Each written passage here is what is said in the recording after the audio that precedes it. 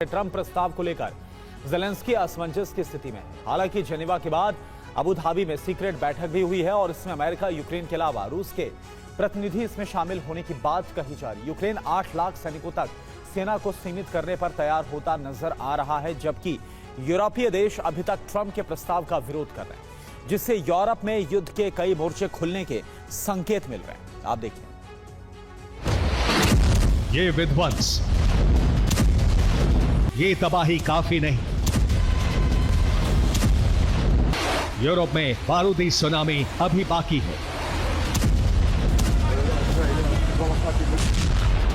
रूस के तेवर बेहद आक्रामक हैं, जबकि ज़ेलेंस्की ने भी संकेत दे दिया है कि वो पीछे हटने वाले नहीं हैं।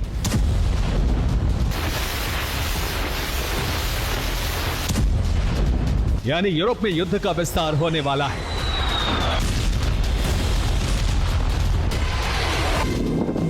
यूक्रेन के अलावा कई और देश भी रूस के टारगेट पर आ गए हैं। अब समझिए इसके पीछे की वजह क्या है।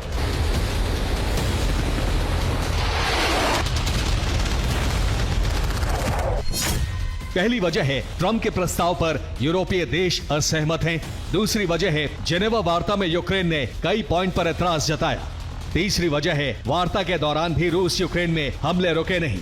चौथी वजह है रूस ने सर्दियों में ज़ेलेंस्की के सरेंडर का प्लान बनाया है।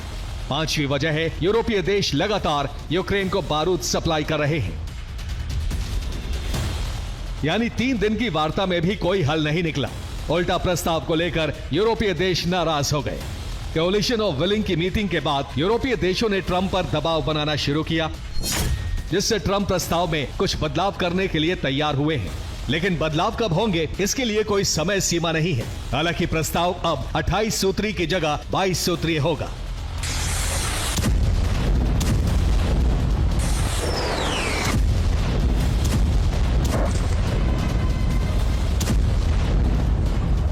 लेकिन उन 22 मुद्दों पर सहमति बनेगी, इसके कोई आसार नजर नहीं आ रहे हैं। हालांकि यूरोपीय देश सुरक्षा गारंटी मांग रहे हैं, जिस पर अमेरिका की तरफ से कोई संकेत नहीं दिया गया। हालांकि जेनेवा के बाद अबू धाबी में भी अमेरिका और यूक्रेन के बीच सीक्रेट बातचीत हुई, जिसमें युद्ध विराम प्रस्ताव को लेकर चर्चा की गई।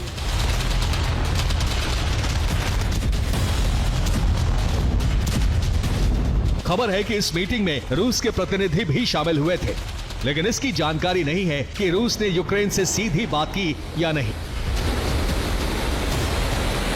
हालांकि इतना तय है कि यूरोपीय देश नहीं चाहते हैं कि यूक्रेन युद्ध रुके, इसलिए वो लगातार यूक्रेन को हथियार भेज रहे हैं। दूसरी तरफ फ्रांस, ब्रिटेन और तुर्की की सेना भी यूक्रेन में तैनात की जा सकती है। इसका सीधा अर्थ है कि रूस और यूरोप में टकराव बढ़ेगा।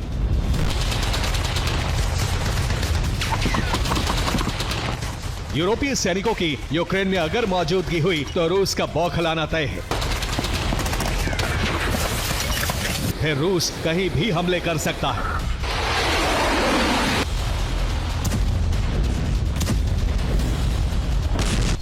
इस बीच ज़ेलेंस्की ने शांति वार्ता को लेकर बयान दिया है। उन्होंने कहा है, प्रस्ताव पर वार्ता सही दिशा में है। मैं जल्द ही वॉशिंगटन जाकर अंतिम निर्णय पर पहुंचने की कोशिश करूंगा।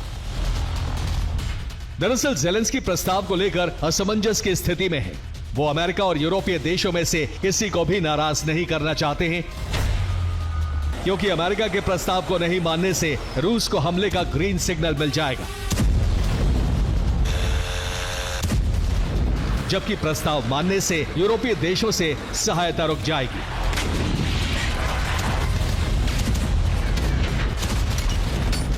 वैसे भी ट्रंप के प्रस्ताव से रूस को ज्यादा फायदा होता दिख रहा है। इसी वजह से रूस ने अभी तक प्रस्ताव को लेकर कोई विरोध दर्ज नहीं कराया है।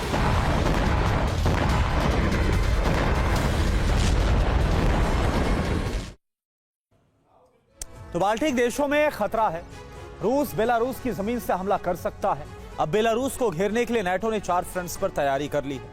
पहला मोर्चा है बेलारूस और यूक्रेन बॉर्डर, जो कि 1084 किलोमीटर लंबा है, जबकि जो दूसरा मोर्चा है वो है बेलारूस पोलैंड बॉर्डर, जो कि 418 किलोमीटर लंबा है। 640 किलोमीटर लंबा बेलारूस लिथुआनिया बॉर्डर है, जो कि तीसरा मोर्चा है, जबकि चौथा फ्रंट है बेलारूस लातविया बॉर्डर, जो कि 173 किलोमीटर लंबा है। इन्हीं फ्रंट से रूस बाल्टिक देशों पर हमले की तैयारी कर रहा है। आप देखिए।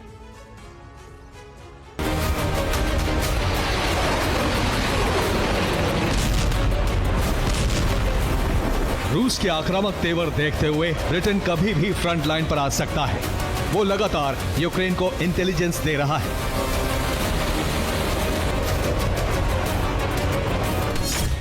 यूक्रेन ने ऑपरेशन स्पाइडर वेब चलाया था, जिसमें रूस को भारी नुकसान हुआ था।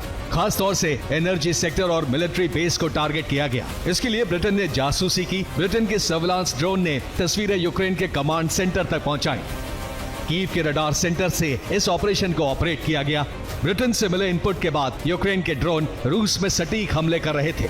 4 टारगेट पूरी तरह से ध्वस्त कर दिए। पहला टारगेट बेलाया मिलिट्री बेस, दूसरा टारगेट यागिलेवो मिलिट्री बेस, तीसरा टारगेट ओलेनिया मिलिट्री बेस और चौथा टारगेट इवानोवो मिलिट्री बेस। यहाँ की सारी जानकारी पहले से ही यूक्रेन के पास थी।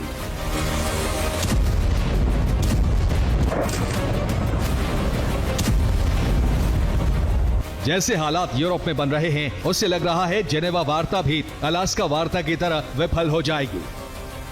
हालांकि अगले 3-4 दिन में ज़ेलेंस्की ट्रंप से मिलने अमेरिका जा सकते हैं।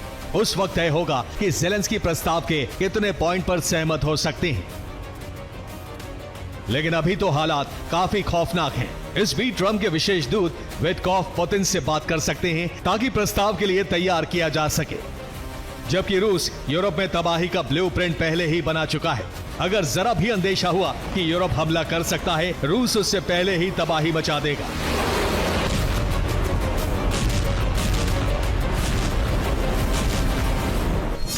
यूक्रेन के काउंटर में पुतिन ने यूरोप में न्यूक्लियर तबाही की स्क्रिप्ट तैयार की है, जिसकी शुरुआत बेल्जियम से होगी। बेल्जियम में 3 न्यूक्लियर रिएक्टर हैं, जिनमें से 2 अभी एक्टिव हैं।